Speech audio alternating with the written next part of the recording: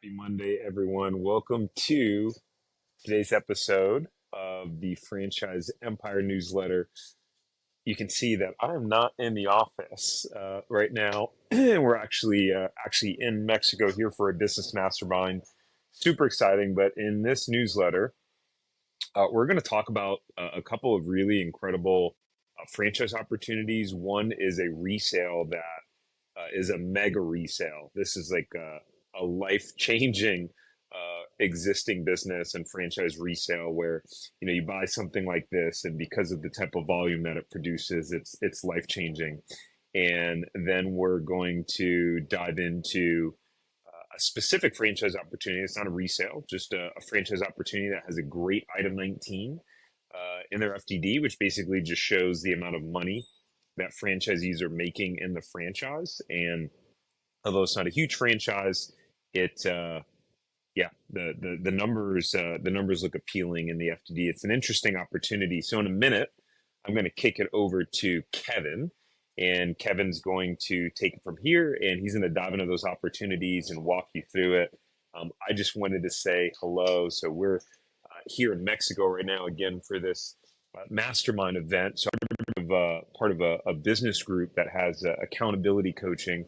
I've been doing it for 18 months. I work with this coach, and the organization does an annual planning retreat where you literally reflect on everything in your business over the last year, review your numbers and what you accomplished, and just a really reflective exercise. And then plan your BHAG, your big, hairy, audacious goal for the year ahead.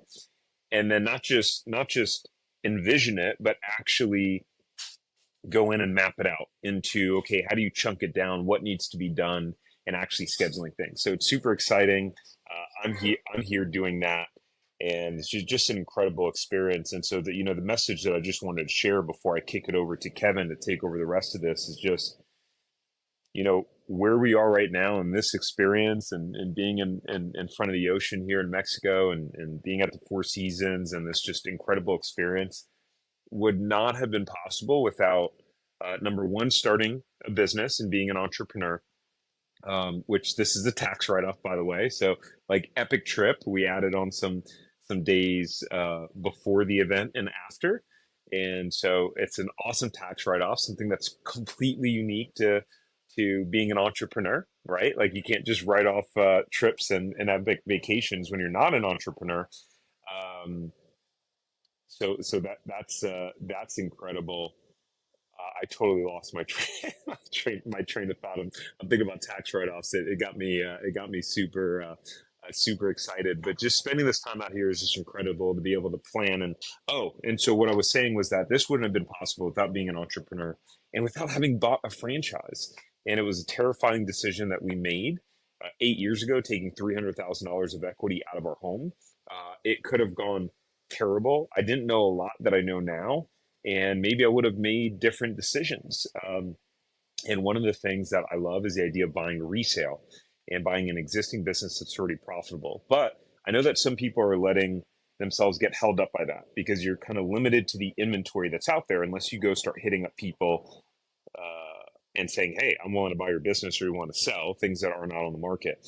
But don't wait. Don't wait for a resale opportunity to open up, because a lot of the times the best resales actually go to franchisees who are already in the system, and they never even hit the public market. So that's something that most people don't think about, is that the resales get bought up. This happened to us recently. About a month ago, we were talking to a franchisee about buying their existing business, high performing business. They owned it for over 10 years. And we started to get the financials, numbers look good. We are going to go meet with the owners. And in between looking at the numbers and the scheduled meeting to go meet with the owners, they said, you know what, we actually just struck a deal with our neighboring franchisee. They're going to buy it. So sorry. So we didn't even have a chance to make an offer on it. So it's just something to think about. And in the newsletter, and again, if you we do these newsletters live, but make sure to, number one, go subscribe to the Franchise Empire Show YouTube channel. The link will be down below, because at some point we will only do these newsletters, these videos on the Franchise Empire Show YouTube channel. Number two, if you want to sign up and be on our email list to get this newsletter that goes out Sunday mornings and be able to get it and review it, go to franchiseempire.com/newsletter, and then you can get this every Sunday morning when we send it out. I think we send it out at 8 or 8:30 a.m. Eastern time. So I'm going to go over. I'm going to go ahead and kick this over to Kevin. He's going to take it from here. He's going to walk you through the newsletter. He's going to walk you through these exciting franchise opportunities. And yeah, I just want you to just imagine as you're going through this, like what could starting, buying a business, buying a franchise, what could that do for you? What could that do for you and your family? Imagine what lifestyle that it could create. How could life be different? Years ago, I had this dream and this vision in my head of being able to create this amazing life, what I call my dream life, which is why that's up in my YouTube studio. It says Dream Life Mastery. I had this vision of being able to make the money I wanted to make, being able to travel, being able to have amazing experiences, afford those things, have flexibility of time, and just feel proud of myself looking in the mirror. And for me, that vision was in being an entrepreneur. So I just want you to think about as you're going through this stuff, like, how could your life change? What could you do for your family? How could you set your family up for success, generational wealth, fully fund your kids' college, maybe buy your dream car or dream house. But more importantly, again, when you look in the mirror, feel proud of yourself, of what you've done and what you've accomplished. So as you're going through that, I want you to think about it. And yeah, I'm excited for you and excited to keep sharing great opportunities and great businesses, and just encourage you to go after following your dreams. On to Kevin. All right. Hey, everybody. Again, like Tarek said, my name's Kevin. I'll be taking you through the rest of the newsletter here today. I'm going to start sharing my screen here. It should be working. Yep, I think it's working now. So super excited to chat with you all today. Hopefully we get some people viewing in, but just wanted to first kind of piggyback on what Tarek was saying. I mean, I'm in Omaha, Nebraska. I'm not in Mexico, but I can kind of reiterate the points that he was making about business ownership. It's done a ton for me and my family, but everybody we work with, it's the same. It's creating that financial freedom. For me, it's the freedom of like my time and be able to do whatever I want with my time, and being able to spend time with my family and friends when I want to. My wife owns a franchise now, and I own my business, and we're going to spend all of January and February in Florida, away from the winter months in Omaha where we live, and take our kids there. And so it's just created a lot of flexibility for us that we didn't have before working in a corporate environment. And then the other thing is I mean, Tarek, more than probably a lot of people that I've worked with over the years, invests a lot back into himself, which is really cool to see. Spending time and money to go, it's I'm saying spending time and money to go to Cancun and, and on the beach and do business planning. But I'm sure it is a lot of work and it is a commitment. But he commits a lot to growing in himself. And I feel like when I became a business owner, I started doing that as well. And being in Omaha, I'm a big Warren Buffett guy. So he's the Oracle of Omaha. And probably the simplest and purest advice he's given people over the years is just invest in yourself first and foremost, over like investing in stocks or other companies. So just continue to invest in yourself. And I think when you are a business owner, you do that a lot more than you typically would. And so I've really loved that about business ownership. And so, yeah, I just wanted to kind of add on there. But today we'll go through the newsletter quickly. If anybody has any questions, feel free to chime in, or you can set up a call with our team afterwards to chat through anything you have questions about. But today we'll talk through one specific resale, like Tarek mentioned. One franchise of the week. We kind of highlight a franchise every week that we've worked with and have seen good things. One client case study. So we'll kind of talk a little bit about that case study. We have a ton of different case studies, and you can see those on our YouTube channel. And then also the latest episode of the Franchise Empire Show. So let's dive into it here. So the featured resale of the week is from Closet Factory. Super interesting brand. So they do custom built-in home organization systems for pretty much any area of the house. So think garages, home offices, man caves, pantries. I mean, pretty much anything you can think of.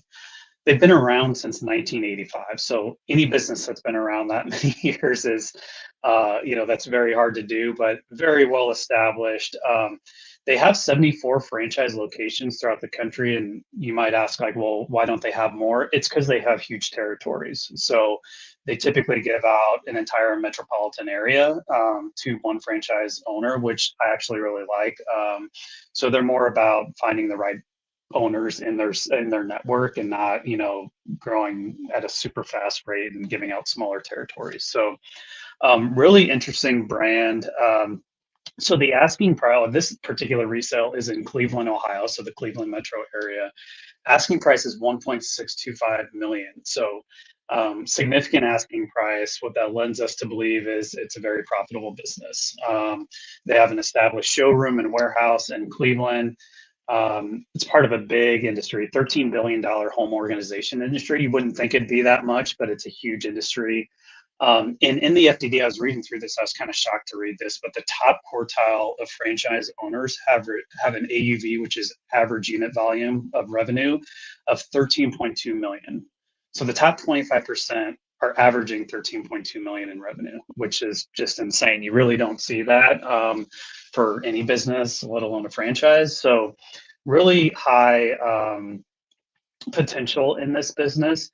This particular one has, I'm not sure when they started, we could get that information, but like Tarek was saying, good resales tend to sell quickly. I'm surprised this one hit the market. I imagine it's already received offers, if not close to being under contract. So this is one, like many resales, if they hit the market and they're good, they're going to go quickly. So but this system is such a proven system. They have a 96% retention rate among their owners, and their average owner has been in business for 17 years. That's crazy. So they're obviously going through their first term of 10 years and then renewing, which shows that they're happy with the business, they're successful. So really interesting opportunity here. You would need a pretty high net worth and liquidity. Just based on the asking price here, you would need around 160,000 in cash to get an SBA loan for this resale. So high potential growth here for this opportunity. If you're interested, you can always click here and give us your name and information. We can schedule a call for you to learn more about this particular resale. If you're interested in Closet Factory overall and you're not in the Cleveland area, happy to chat with you about that as well. Really cool opportunity. We could check to see availability in your market. So that's the resale for this week. Let's go on to our client case study. So it's actually Tarek, no relation to Tarek Johnson, spelled differently, pronounced the same. But Tarek was a client of ours specifically looking for a resale. So if that kind of resonates with you and you feel like you're a person that wants to look into a resale opportunity specifically, maybe go and watch this YouTube video and see how we helped him find his particular resale opportunity. The resale, Tarek and I have talked about this before, the resale process is quite a bit different than buying a franchise new. And we have a lot of tools in our system that help with doing that. So we'd be happy to chat about like what is required overall from a resale standpoint. Like even look at your financials and say, hey, here's probably the range of like a resale you should stay within based on your current financial situation. Happy to help and chat through any of that if you have questions. But definitely check out Tarek's, the other Tarek's client success story here. And if you click on this, there's a bunch of other YouTube videos there with testimonials you can watch. So the franchise of the week that we wanted to highlight today is called Poolworks. So Poolworks is, you can imagine, it's a pool company. They were actually founded in 1992 in Australia. They grew really quickly in Australia, went to other European countries, I believe, and then opened their first US location in 2015 in Arizona. They have a headquarters in Dallas, Texas. They now have 62 locations in the US. So what's interesting about Poolworks here, you can see here the total investment range is between 182 and 430,000. And the reason it's such a big range is you can start with just having like a van and doing commercial cleaning services for owners, residential owners, commercial pools, or you can start with also a retail location where you actually sell chemicals, you sell pool parts, all the different stuff, basically nets, anything you can think of that people need to maintain their pool. And I was actually at a conference this last week, and I spoke with the development director for this brand and got some more in-depth information. But he said it's really the owners that start with the retail location are very successful because they have people come in, and you can think about it like they buy all the chemicals, they buy all the stuff, and they start to say like, I'm tired of maintaining my own pool, it's a hassle, it's time consuming. And then you can add on, you can say, well, hey, we can take care of that for you. We have a team of techs that manage pools in your area, and you can give them a quote on what it would take to do that and kind of take it over. So really interesting model, both the retail and the service space, which I think is pretty cool because you have both those revenue streams. So yeah, Pool Works. If you look at the financial performance, it is a newer franchise, but they do disclose 20 franchisees, 9 of which had one open marketing area. I'd have to read the fine print on what that means, but essentially they're disclosing a handful of their locations. And the numbers are pretty strong for these locations. So you can see here, so on average, the average gross revenue per franchisee of all the owners is around 2.1 million. If you just look at like per location here, so there's 9 franchisees that are averaging 1.39 million. There's 6 that are averaging 1.5, and as you go on, it looks like the highest performer is doing 7.5 million, which is a lot. So yeah, again, another scalable opportunity, something you may have never thought of, like, hey, why would I own a full retail company or maintenance company? But it is something where people need to maintain their pools. You kind of can't let it go. I don't own a pool, but um, you know, I know and my in-laws have a pool that we love to use and benefit from that, but they pay a lot of money to maintain it. It's kind of a hassle. There's things that can break. So there is a high demand for this service. It's scalable. There's multiple revenue streams with both the retail and the service base. One of the ways people also scale is they can acquire competition. So they can acquire like pool routes. They can acquire other companies in the area once you get up and running. So kind of an interesting pool model PoolWorks is. If you were interested in learning more about PoolWorks or other service-based, businesses similar to this, we'd be happy to chat. You can click on this button. We can even run a quick check and contact the franchise to see if your market is a good fit, if it's a viable market, and then also if it's available in your market. So yeah, please let us know. Click here and put in your information, and we'd be happy to follow up with you on that. And then lastly here, this is an episode that Tarek did recently. It's the biggest mistakes people make when buying a franchise. So there's a lot of mistakes people make. This is a really interesting episode. One thing that I've found is just off the top of my head is like sometimes people going through the process don't financially do enough financial due diligence. What I mean by that is they don't validate financial assumptions with franchise owners during those validation calls.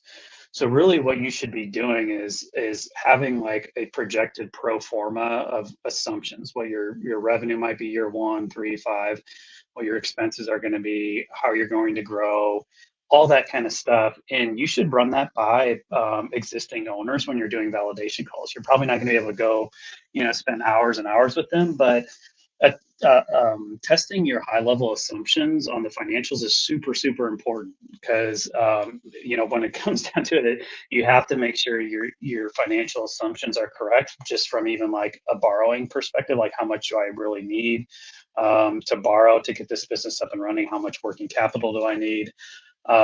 So yeah, I've seen people do that where they do validation calls and they say, yeah, like everyone's really happy with their business and they're making money, but like, what does making money mean? It might mean something different to each person. So really testing those financial assumptions. But Tark does a great job of going through some mistakes on this episode. You can click here and watch on YouTube and learn a little bit more from him. But that's it. I don't know if we have any questions that came in or not. I don't see any, but I think we can probably call it. But yeah, thank you for listening in. And again, if you have any questions for us, feel free to follow up, and we're happy to chat anytime. Thank you very much.